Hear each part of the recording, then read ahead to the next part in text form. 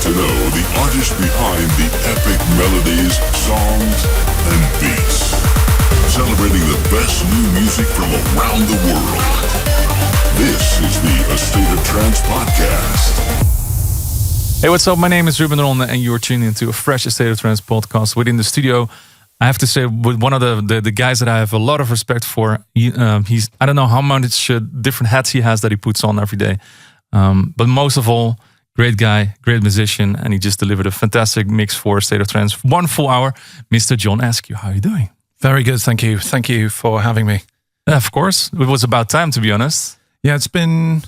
I think the last time I was in here was an ADE. I can't remember what year, but it was definitely an ADE, and it was roasting hot. Lots of people. I love those ADE parties, but I always forget who was there because it just flies by. Yeah. Like every 20 minutes, a new artist, and we're just trying to, make sure that everybody's there and gets some drinks, gets some food, gets time on air as well, and just like bang, bang. Yeah, and then it's gone. I was thinking actually when we had lunch, that there are so many amazing syndicated radio shows from big artists around the world. They're all at ADE during ADE week. Mm-hmm. Wouldn't it be great if each one of them, or a select group of them, whatever, came in and hosted, a day of Drum Code Radio, a day of Joris Voorn Spectrum Radio in this phenomenally sexy studio. Well, you have one of those hats that you put on that you can actually pitch this, so let's do it. I'm 100% down. Because I think that'd be really cool. Yeah, 100%. Yeah. Because I think also like all the genres are just blending together as well. This is a great studio, and I think everybody appreciates all kinds of music anyway right now. So yeah, absolutely, and long may that continue. I do love the boundaries between genres disappearing. I think that's good. That's a good thing. It's a good time to be a musician. Yeah, it's a bit confusing sometimes as well, but it is what it is. Yeah, I think a lot of kids. Well, kids might be a derogatory term, but a lot of people who go out are into a number of different styles of music. They might go out and see Richie Hawtin one night, Seven Lions the next, Above and Beyond the next. I just don't think. Yeah, I think you're right. Like there's a whole generation growing up right now that doesn't even know anything about genres. They just know the artists, they know what they like, and they listen to it. And they just don't stick to one pigeonhole. They just go for whatever they want. Maybe because it's, they have so much choice to choose from, and they swipe. Yeah. So they don't have to go for one thing. They just like everything. Yeah, it's true. I mean, I got teenage kids, so I listen to the music that they're playing very loud from their bedrooms, and 1 minute it's drum and bass, 1 minute it's hip hop, 1 minute it's gabba, techno.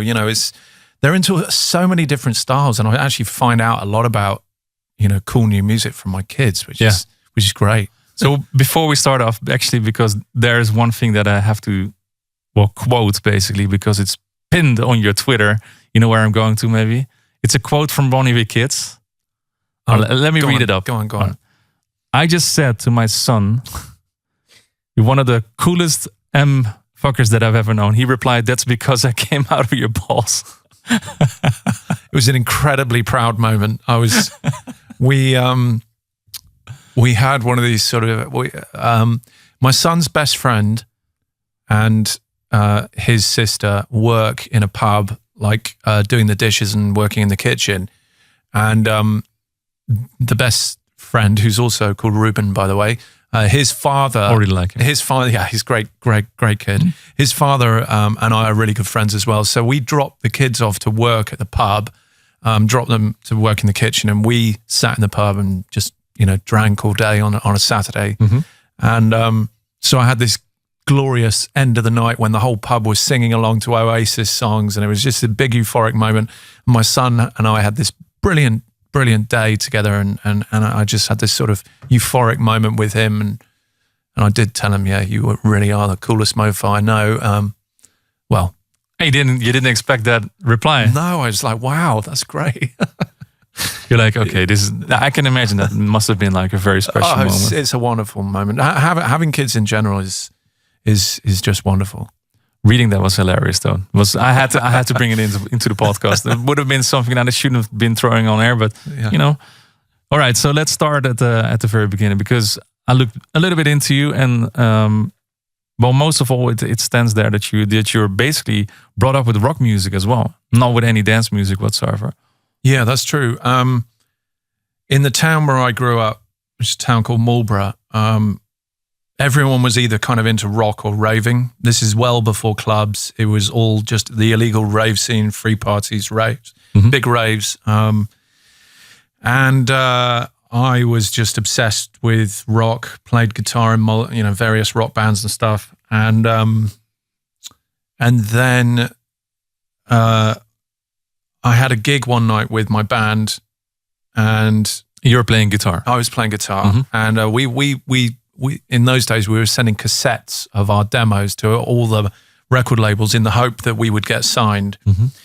And no one was replying, obviously. And this is even before mobile phones. This is a long time ago. And then we got a letter through from Virgin Records, and they said, "Yeah, we like your demo. We're sending a scout out to come and watch your gig." Okay. And we were 16, maybe, or 17 years old.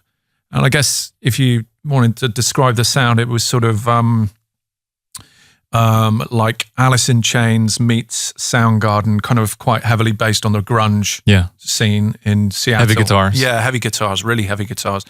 And so we rehearsed like hell for a week. We were really tight when we did this gig. And by gig, I mean it's out the back of a pub with like 60 people, 50 people in the skittle alley at the back of the pub. But it was a really good gig. And I can't remember what happened. Something controversial happened at the end. And I had a fallout with the singer in the band. And he was a brilliant singer, but during the show? At the end. Okay. Yeah. I think like at the end, it's such a long time ago that I might have these facts wrong. So if anyone ever hears and knows that I'm wrong, then forgive me. But I think he did something like threw his drink over the crowd or spat or the crowd were asking for us to play more and he told them to F off and walked off. I can't remember what it was. There was something that happened. Something that triggered you. Something that triggered. And then we got into this row and then I quit the band and then I was drowning my sorrows in the pub. A couple of days later, and a friend of mine came in and just said, "Look, we're going to Cornwall to this big illegal rave. Do you want to come with us?" And I'm like, "No, man, I'm just not into that." I still had long hair and leather jacket, And they said, "No, you really ought to come." And I went, and I was blown away by this, and I couldn't get enough of it from that moment on. I was just sat there at this big party, and it was a DJ called Easy Groove playing, and I was watching him. Watching how he was putting records on, teeing them up on with a needle on the record, flicking through different parts of the record. Then he would decide, no, that's not the right record for now. Take it off. Put it back in the sleeve. Put it back in the sleeve. Get another one, and then come out. And then the choice of record. Look, I've got hair standing up just thinking about it now. But the choice of record that he would choose, the place would go bananas, and he really knew what he was doing, and he was controlling the room. And then I just started going raving continuously every single weekend, and my commitment to the bands that I was in was just dissipated. And then I just always was obsessed with watching what the DJ was doing. And I just thought, this is what I want to do. Now I don't have to rely on 4 other people to do my thing. Yeah. And then I just got into it there, started playing kind of local, free parties, events, raves. And then I started a record label with another friend of mine from the Bristol, big legend from the Bristol techno scene called Simmer. We started a label together, and then the first release, I have to say this, it was Scissorhands and Krusty the Clown. Krusty the Clown, that's right, yeah. Yeah, it was kind of your obsession with the Simpsons or something, or what happened? Yeah, I mean, in those days there was. Let's say the studio was quite a smoky environment, and the sound of the records we were releasing was very. It was sort of like it was quite big in the kind of Liberator DJs, Stay Up Forever, that kind of London acid techno sound was kind of where we were. A mix of that and a mix of like the new revolution that was coming from European techno, especially from Sweden with Drum Code and Code Red Records and Planet Rhythm Records. So this revolution that came in 1996, it was all kind of around that. And then I got a job at Ministry of Sound in, I think it was 1999, or it could have been 2000. Actually, it was 2000. Yeah. Because the Millennium New Year's Eve, it was 2000. Everyone is scared for the Millennium Bug. That's right. Yeah. So I got a job there, and then got a residency at the club, and then which was sort of took things up from a kind of illegal rave, very underground scene that I was in before, into kind of more commercial playing. It became a business. Yes. Yeah.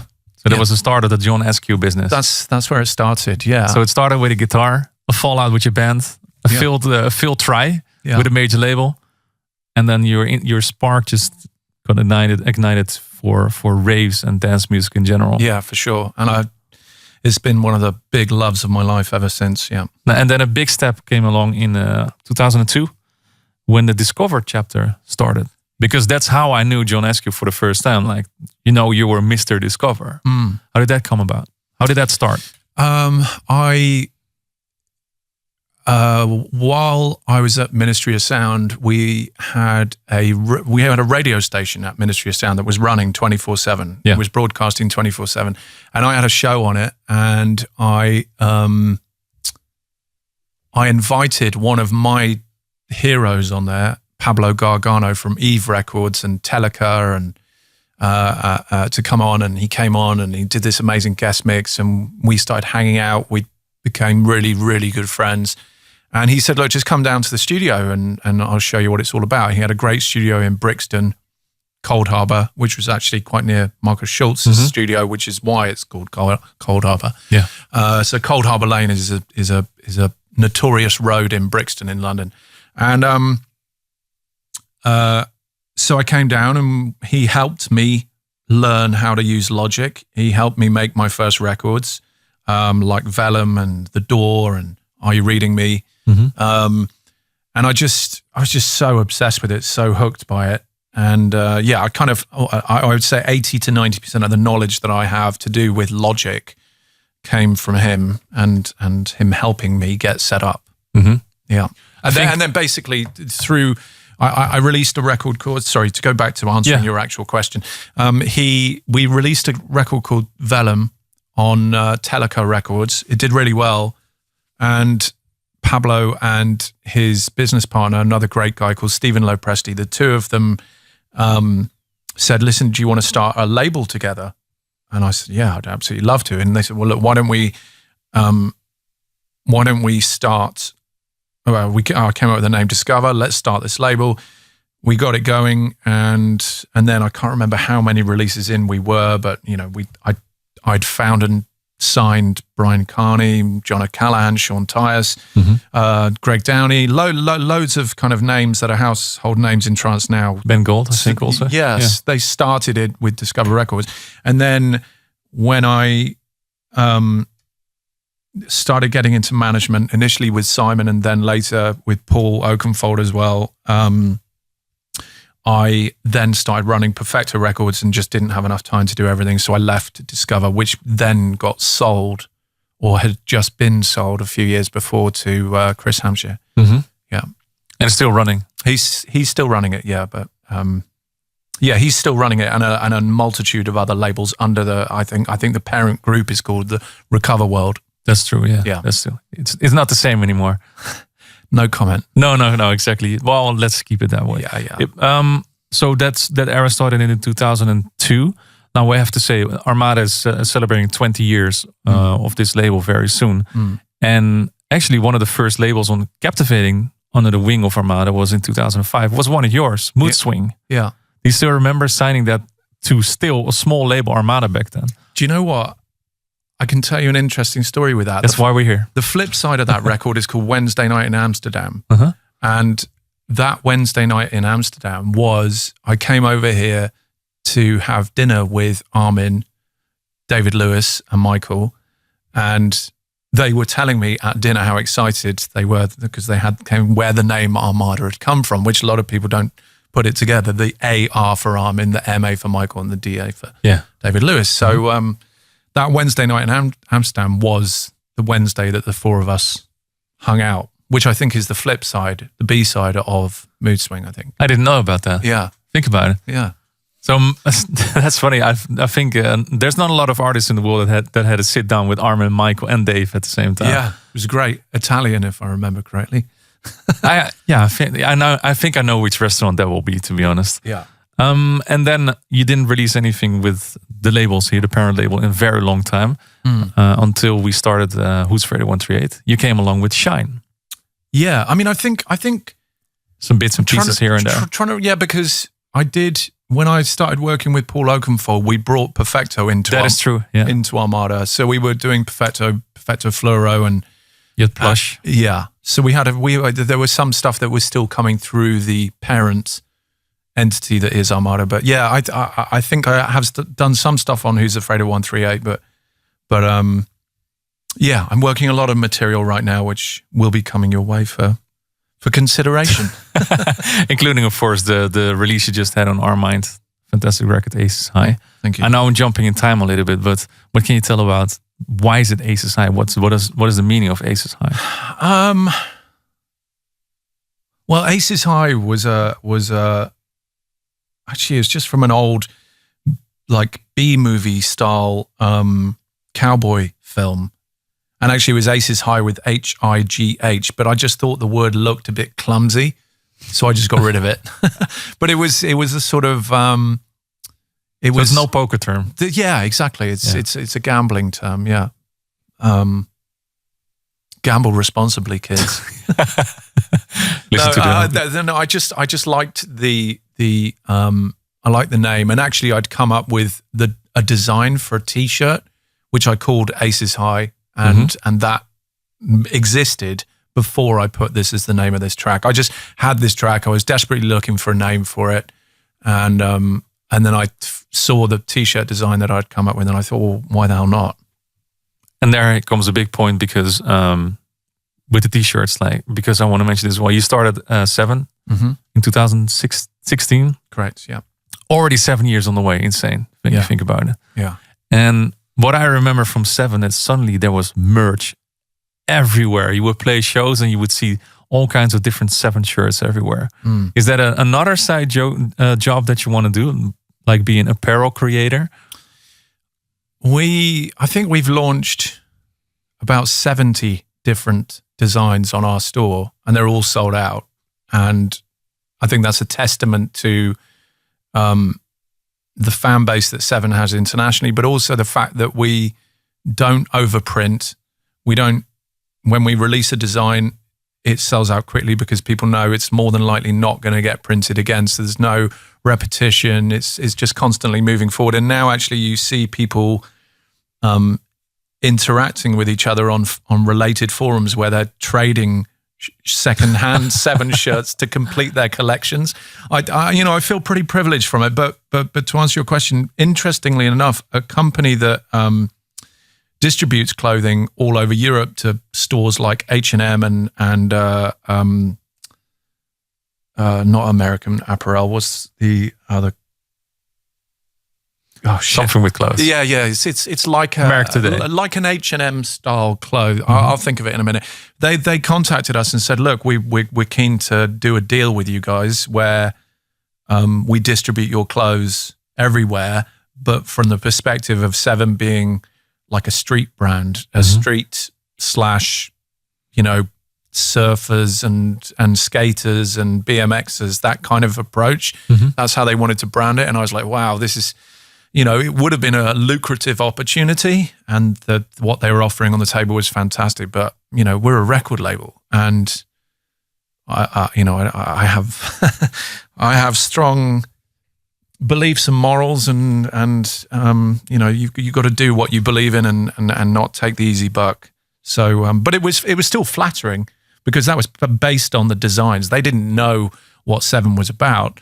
They just loved how it looked. Yeah, they loved how it looked. I think they went on our store and scrolled through so many different items and saw that they were all sold out, and they thought, well, there's an opportunity here. I did go and have a couple of meetings with them, and I did sit down to figure out what it was, because while our clothes are very associated with the record label Seven, I certainly don't think it's necessarily a compromise to have cool skateboarding shops or snowboarding shops, those kinds of places stocking our stuff. I wouldn't see that as a negative thing, and maybe one day it could be something to evolve into it. But I don't know, that what they were proposing doing was more like a shop like H&M. It was big, and it was all mass over production, mass production, which I don't know. If I get in the shit one day financially, maybe I'll give them a call.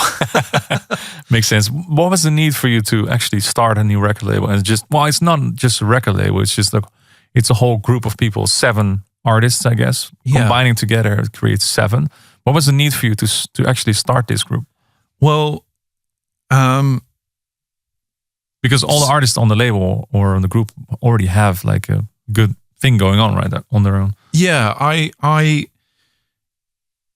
So I had gone from, setting up this label with my friend of mine in Bristol, but ultimately it was his label, to setting up Discover with Pablo and Stephen Lopresti, but ultimately they owned it, to working for Perfecto Records, to, like constantly doing A&R for other people, but not really owning anything myself. So I always wanted to have my own label, but through always working in A&R and processing high volumes of demos, I thought, well, actually, wouldn't it be cool to just have a label that was your favorite artists at any given time, and you set up a release schedule, you tell them all their delivery deadlines, and then you don't have to go through any demos because you're just getting, this sort of, I just need the music from these 7 guys, and these are the dates, these are the deadlines. Yes, there's some A&Ring to be done back and forward to get it perfect, but it's a model that I really like. There's pros and cons to it. There's Did you ever have to put something out that you didn't like necessarily, that you were putting out something on 7 that you didn't really feel? Someone asked me that question a couple of weeks ago, and there is one track that's come out on 7 which I wish I hadn't put out. And we did so because I'm not going to say who it was, because which Simon Pedersen track was it? No, I'm just kidding. Sorry. Actually, the producers behind it are very, very talented, and I really battered them so much with the A&R feedback over and over and over again. I got them to make so many changes and in the end, I knew the record wasn't fantastic, and I knew it was produced well, but it just lacked the magic of 90% of their other productions. And in the end, I felt like we were on the cusp of falling out. Yeah. And I couldn't just turn around and say, well, we're not going to release it now. I think that would have been morally corrupt. So I let that one go. But it wasn't a disaster, but nobody played it. Yeah. And neither did I. And as a result, it's just one of those records. But we've got a back catalogue of over 100 tracks, and I'm proud to say that if it's 1%, that's not bad. That's not a bad score. It's not bad. It's not bad. Because every label owner has at least one of those. Yeah. Like, I have to say I had the same with Statement, that like as soon as the release date came up, I was like, why did I sign this again? I didn't really like that. No. But luckily it doesn't happen a lot, to be honest. No. I mean, if you take away the topic of 7 as a label, and you just ask me the question about my own music, then there's quite a few records from my back catalogue that I wish I'd... Yeah, because you're your own, you're really harsh on yourself as a producer. Yeah. I know how it is. Like when I hear something back from last year, I'm like, this is so bad. But in the meantime, other people love it. So yeah, I mean, and also, your production standards and your quality of production, you're constantly comparing yourself with your other idols and heroes, and you're trying to bring your own production up to that level. Yeah. So and in the meantime, there's hundreds of kids that are trying to match your level of productions, which is, well, you don't have to think about that. No. And in the meantime, you also work for a management company as well. Yeah. So you run 7. You're an artist. You manage a couple of artists, but you also work with, for example, Adam Beyer, Joris Voorn, for example. How do you? And you're a father. Yes. And you're a husband. Yeah. Do you have any other hobbies?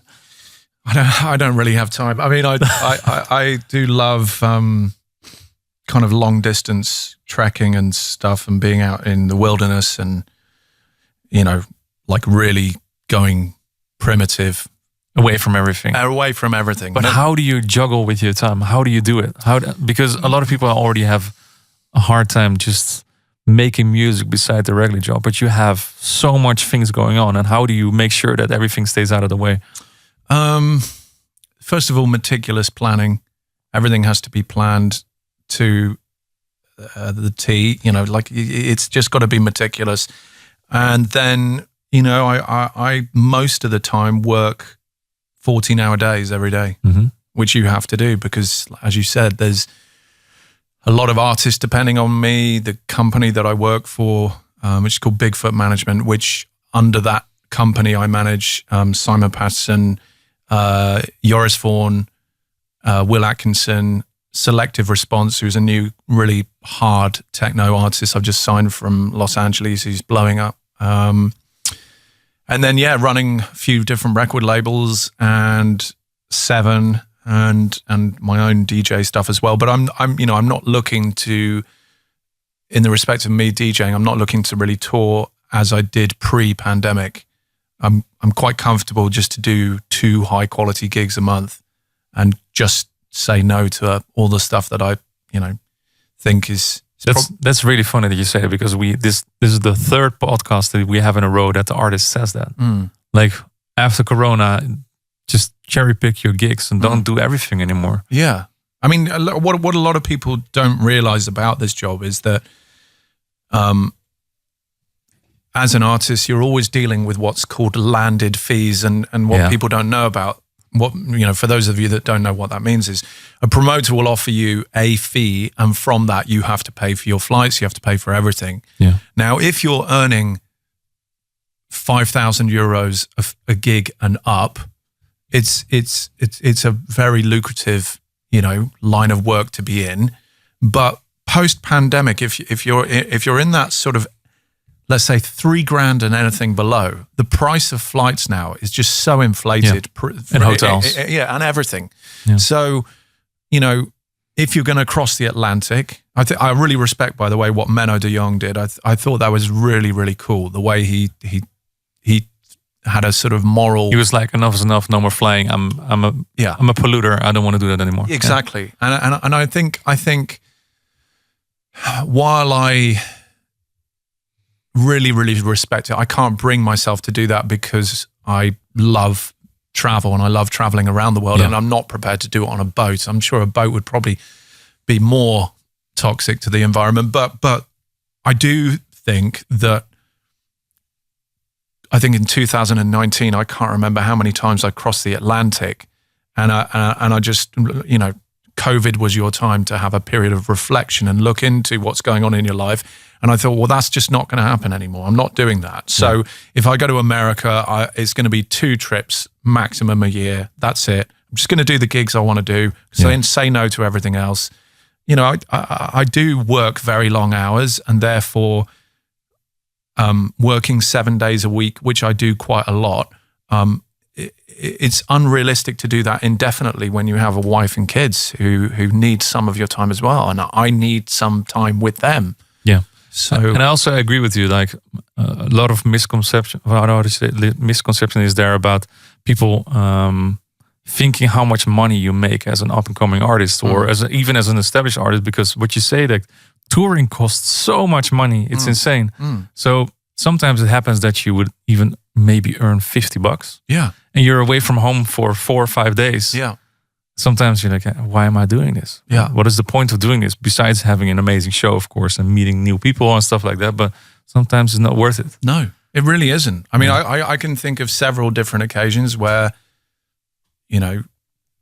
especially in the US, when you play for big promoters like Insomniac, when the fee comes through and you go, wow, that looks really amazing. But then insurance comes, hotels, transport, everything flights, everything has to go. And then food. 33% withholding tax as well, which, okay, in theory you get back like 9 months later, but that really doesn't help your cash flow in the Askew household that week, So this massive fee on paper can suddenly turn around to you putting 250, 300 quid in your pocket. And you go, why on earth am I crossing the Atlantic for this? Okay, the gig was amazing, but so I don't know. I'm comfortable with the way things are at the moment, and I'm selecting and doing the gigs I want to do, visiting the places I love visiting, you know, the friends I've made around the world in all these incredible cities. And then just saying no to everything else, and I enjoy that. I don't enjoy saying no, but I enjoy the balance that I am trying to achieve, and in some instances achieving in my work versus private life. Just making sure that everybody gets the time that they deserve as well. Yeah, and the time that you have to, because all we have is time. So yeah, spend time with yourself as well. Yeah, How do you cope with? I want Simon Patterson and Will Atkinson to do 50 gigs a month. And I can just earn money from that, and sounds good. And just watch the bags under their eyes get darker and darker. But one thing I have to ask about this whole thing as well, because how do you make sure that you don't? How do you cope with the pressure of having so many different things going on? Is that the planning again? So I have I would say 10 Word documents.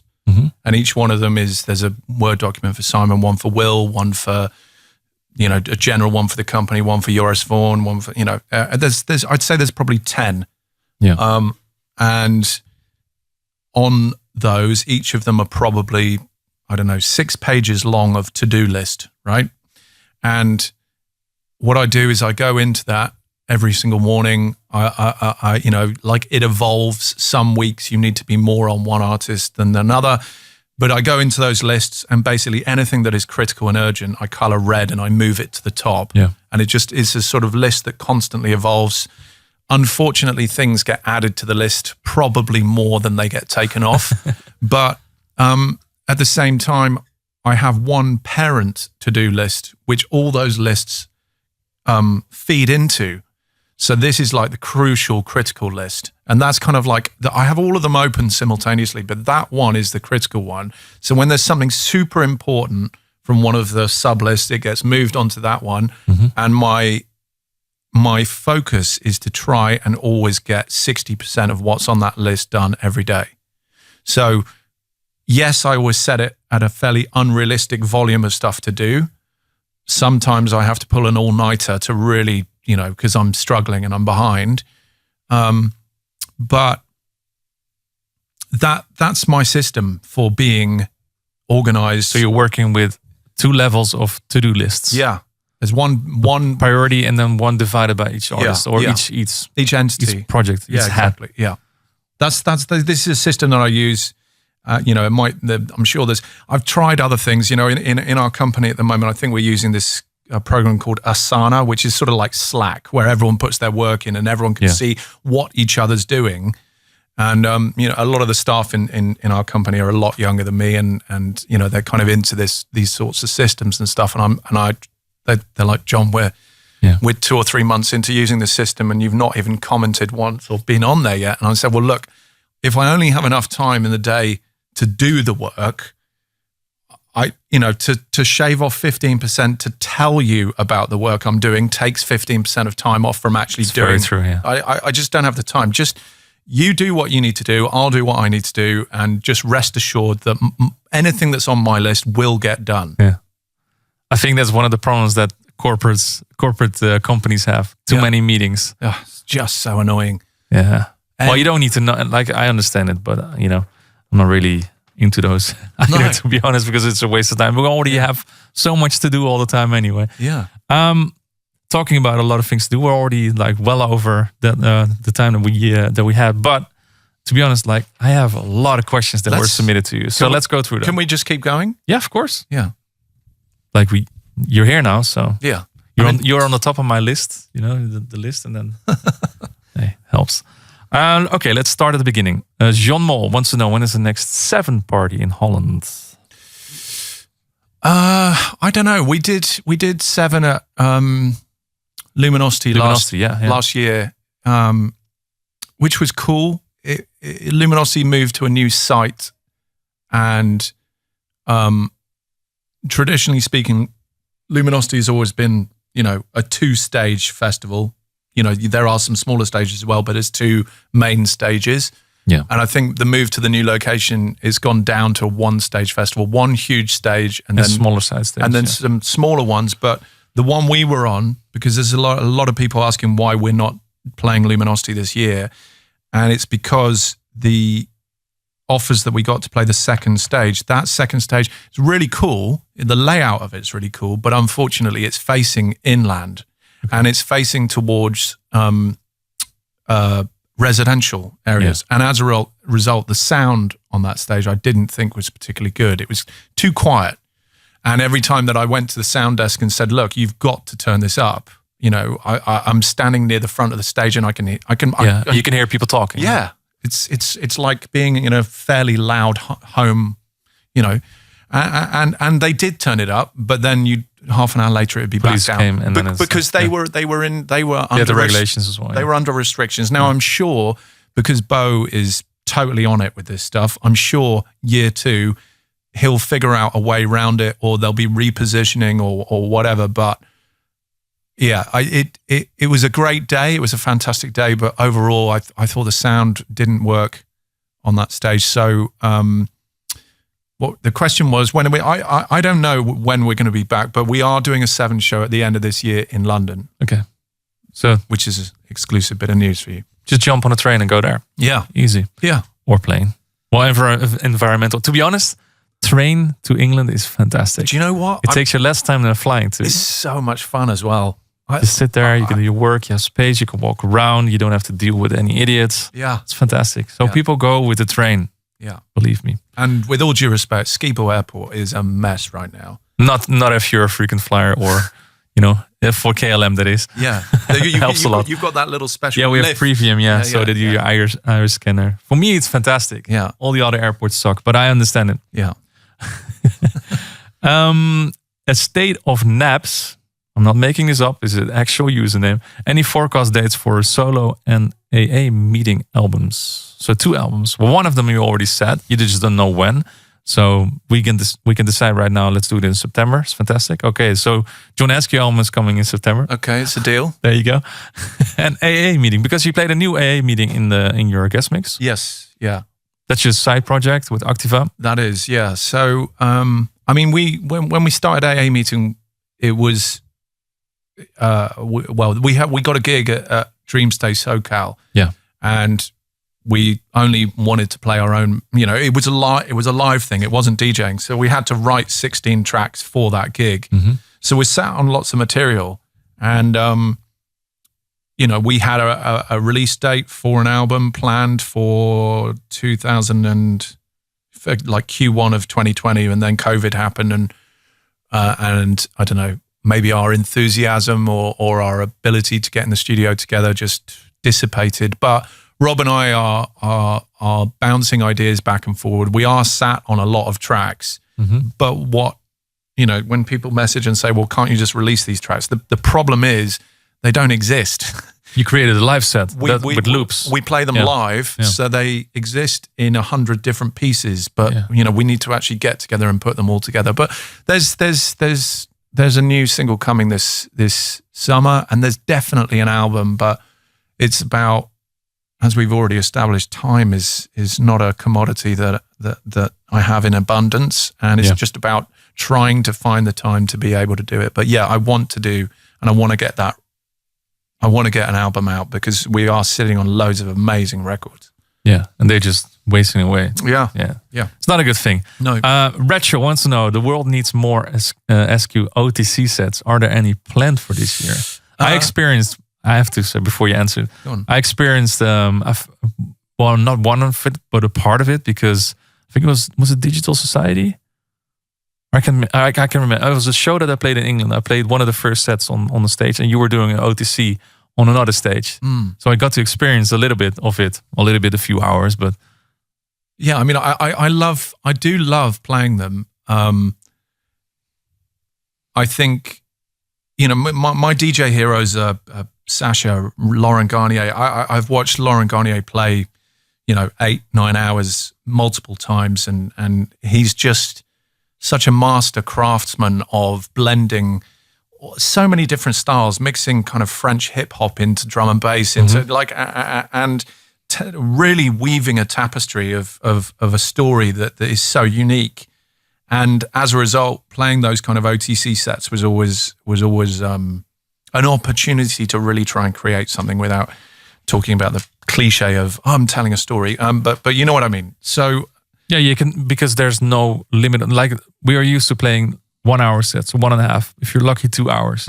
So there's no limit to the time that you have, so you can experiment. You can do whatever you want, and people can't walk away anyway. So they're yours. Yeah, but then it sort of got to the stage where a lot of the places where I was doing it, 90% of the dance floor of people were waiting for the 140 sound. Yeah. And so you'd have to, I wanted to build it up gradually from 122 BPM to, 145. And it just got to the stage where I was thinking, Christ, it only starts going really wild when you get to the proper banging stuff, because that's what they're there for. Yeah. Is, you don't go and watch Metallica and have them come out and do all their ballads for 30 minutes and wait for, all the big heavy metal. It's people have paid money to hear a certain sound and you want to give it to them. So is that maybe a perception of yourself? Because people might enjoy music differently. Like maybe they might be enjoying it, but they're just not going off, It's like when you listen to progressive music, you just can listen to it and enjoy it in the club. Yeah, I'm a strong believer in that, and I don't allow what I play to be determined by crowd reaction. Yeah. The crowd can be not reacting, but I know it's rocking. Yeah. And I've been in the middle of a dance floor at multiple John Digweed's sets, and I've waited 4 hours for that one moment. And when it comes, it's even more electric. It's eruptive. It's just ridiculous. So, I've got the patience to do it, but really the only places where I would want to do open to close sets now are probably Mexico City and maybe Buenos Aires. But the thing is, now when I go to Buenos Aires and they say option number 1 is play a 7-hour open to close, or option number 2 is play 6 hours, and there'll be someone warming up for an hour and you can come out and just drill them hard for 6 hours, I'll take option B, because it's better. It's the one, I think, for me at the moment. So the answer is I haven't got any plans to do any OTC gigs. Just some options here and there. Yeah. Maybe. You're thinking about it. Yeah, I'm happy to do long sets. I love playing 5, 6, 7 hours. Happy to do that. But I just want to play tough music. Makes sense. Yeah. You just want to bang it out. Elena69 Luca wants to know what's your dream collab and why? Simon Patterson. Oh. Simon, join the microphone. Yeah. So Simon and I have, we've actually collaborated a few times, but it always ends up being a chill out record. It always ends up being ambient, chill out. There's a really good vocal record we made, which is sort of, it came out a bit Coldplay-esque. So pre-pandemic, we did start a really banging collaboration, but then again, pandemic came along and we just haven't gone back to it since. But I would love to collaborate properly with Simon and make a record that is fitting to our individual sounds that people know us best for. I find it interesting that minus become plus. like it's like banging a plus and you suddenly get a chill out record. I know, it's crazy. Is that because it's something that you really enjoy making it as well, that you step out of your comfort zone because you're making music with a friend? Yeah, maybe you just experiment a little bit more. Maybe, yeah, I think so. I mean, I when we were talking about the album, and I was referencing the fact that a lot of the tracks, the reason why my album, which could have been released last year, could have been released the year before, the reason why it hasn't is because I think it's a lot of 138, 140 banging stuff. And I think, it needs a little bit more dexterity. It needs a little bit more of a, it's your opportunity to flex your ambidextrous abilities as a producer and tell a bit of a wider, more soulful, a deeper story. And I guess when we did go in the studio and sit down together, we're both so accustomed to making the banging 140 stuff that we just, I don't know, it just seemed to gravitate in that direction, that we wanted to do something different. Yeah. But now I'm more inclined to go in and make something absolutely hard as nails, and I would love to do that. And I think we have a track started. It's pretty good. It's definitely dated, because it's sort of 2018, 19 production. But, I think we could whip it into shape with 2 or 3 days in the studio together, certainly get it to a playable level, and then get it out. I mean, that's what I'd like to do. Simon's nodding over there, so this could be going to happen. That's one thing that I want to address before we close it off, because what I have seen on your socials is that you like to go into the nature, or you just you go away from everything, all distractions, just to make your music. Is that a necessity, that you separate yourself to create time to make music, just to step away from all the other things that you've going on? Or is it just a choice that you go into an environment where there's nothing else to do, that you just force yourself making music?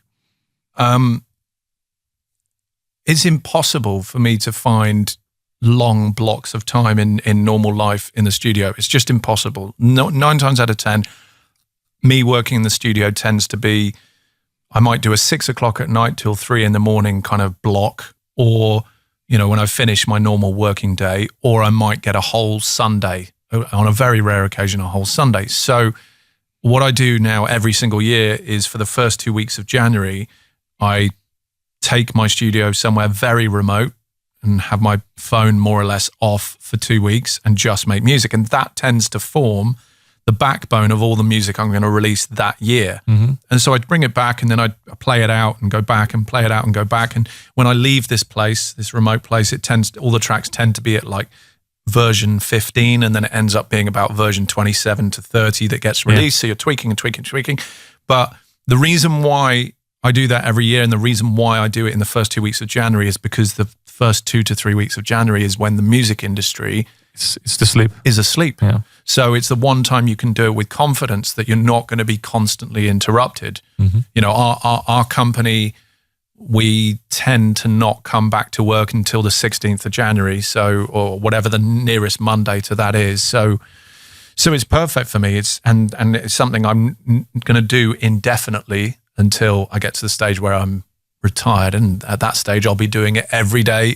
Every day of the year anyway. So, in the sun somewhere. Yeah.